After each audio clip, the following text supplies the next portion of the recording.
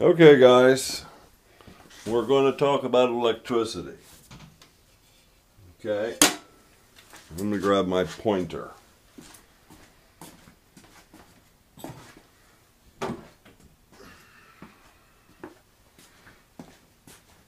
Okay, well, that's not going to work very well. Okay, this is my phase converter. Big ass motor, box mounted on top of it, and it reads 230 or 460 three-phase. There's a low voltage line or a high voltage line. So there's a diagram, I assume, that pertains to the inside of this box as to what the output is going to be. Okay. Everything in the camera sight. So box number 1, 220 from my house going in. Okay. Coming out to a dryer plug, which goes to the phase converter. And then coming out of the phase converter,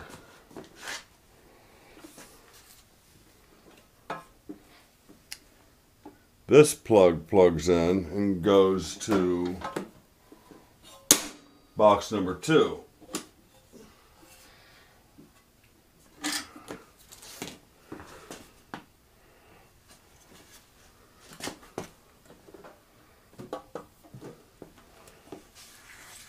So 3-phase is going into box number 2, and then I'm going to put a pigtail here with a female 4-prong plug, and the machine will plug into that.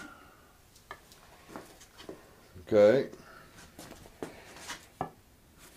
So, refresher. 220 in, fused out 220 to the phase converter. High voltage 230 460 out to the switch, 3 fuses to a pigtail with a female plug, and the machine will plug into that. There is a plug here connecting the converter to the switch. Then over to the machine, we have this socket coming out, and that is for the motorized grinding head that sits up on the table. Let me go check the cord on that.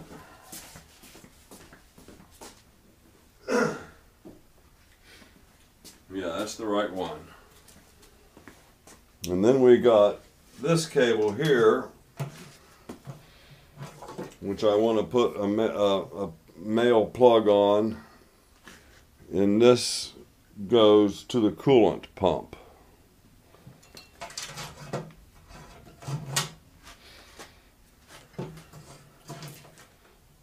Okay, now coming out of the box, we have this cable coming up to the main motor. And we got this cord coming over here to the control panel. And then I got this 110 volt outlet, 120 volt outlet.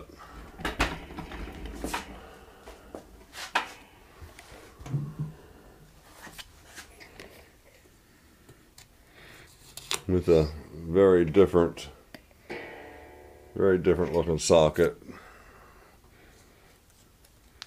And I'm assuming that was for the machine's light. The light I have on there now just has a regular 2-prong with ground. Okay, so now inside the machine.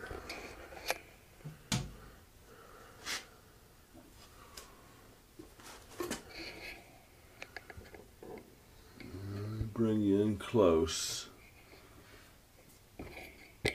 Now, I wish I could get you on the right angle. Well, maybe you can see everything. I have one problem here, and there's an insulator here.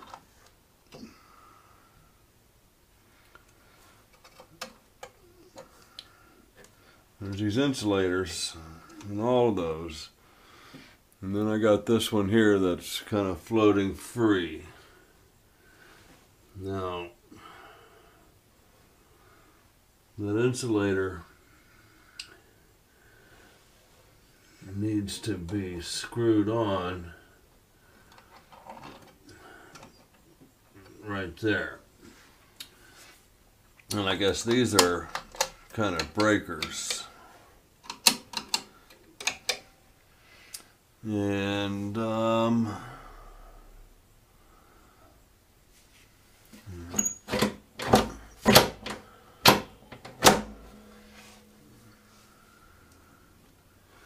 I got all the schematics. I'm not sure why this is in there, but it's in there. Let me take this camera off here so I can give you a better look inside this cabinet.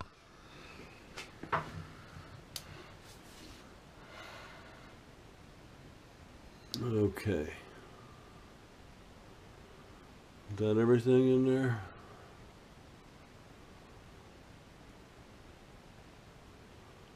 So I'm going to zoom you in one little section at a time.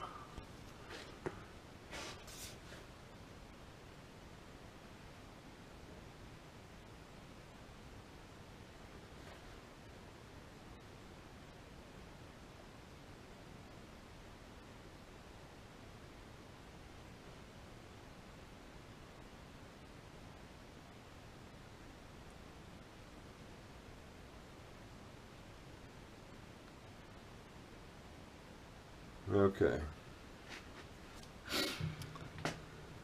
Give you a look inside these boxes.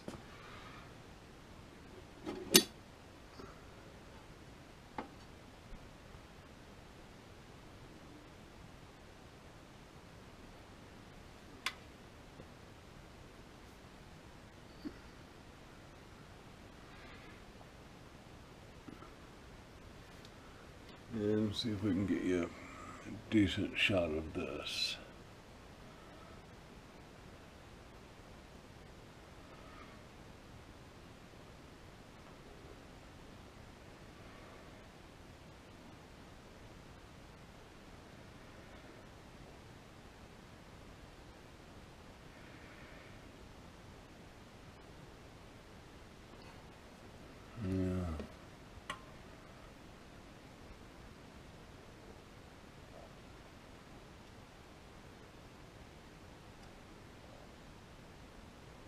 Okay, you can pause and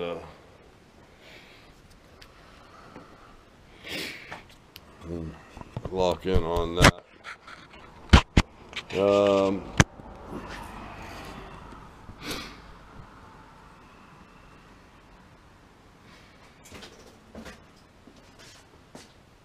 Okay, I'm expecting some feedback on all this. I think it's pretty straightforward. I'm going to have to plug the converter in and the multimeter, see what kind of voltage I'm getting on the output side of that. And I'm thinking, is that I will be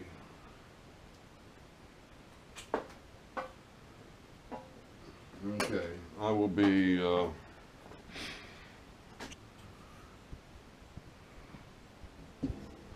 will be testing this.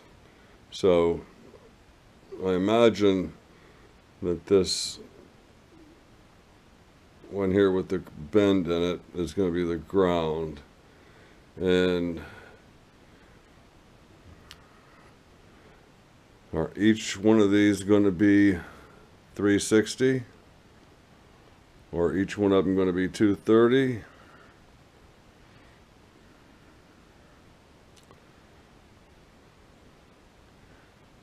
I guess you can tell me, or I can just figure it out. I'll probably take this plug off, take it apart, and put my probe right on the wires. Yeah, we'll see. I think my probe will actually fit down in there. Might be safer to leave it all attached.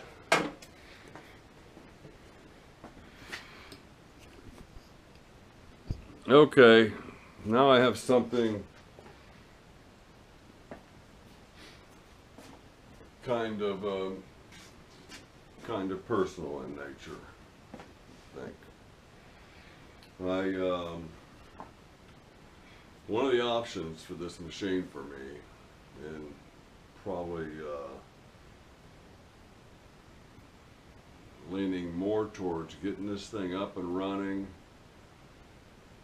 where I can demonstrate it and try to trade off on either a milling machine or a decent sized lathe. Well, a small lathe. Something in the 10 to 13 inch range swing.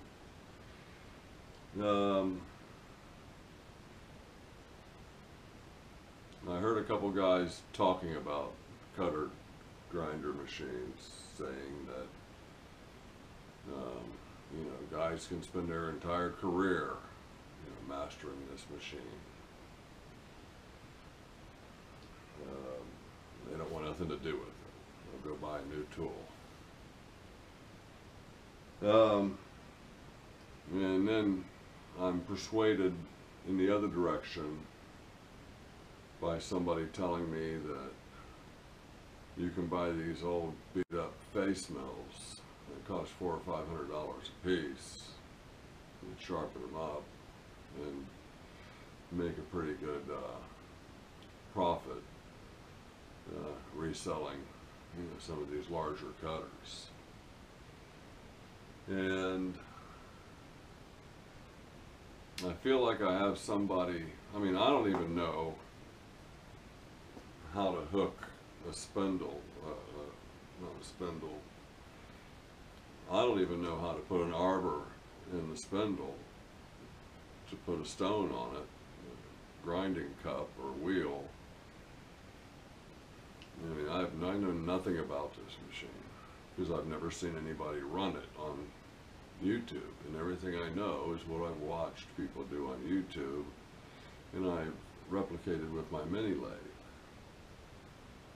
And that's the extent of my experience. But I feel like I found somebody who is going to be willing to hold my hand and take me through this process. And that's very appealing to me. Because it's really moving forward. It's removing ignorance and adding knowledge.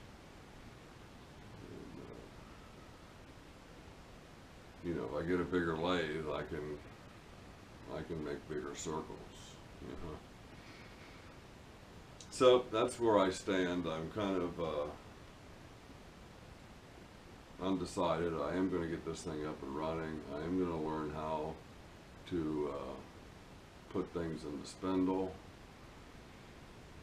and you know, despite the fact that I don't have a whole lot of table accessories, I'm going to learn to do something with what I do have, and yeah, that's about it. I took the tape. Okay, we got mail from Canada. Just One Guy Metalworks. And he is already up on the board. He is, look at him on the hinge.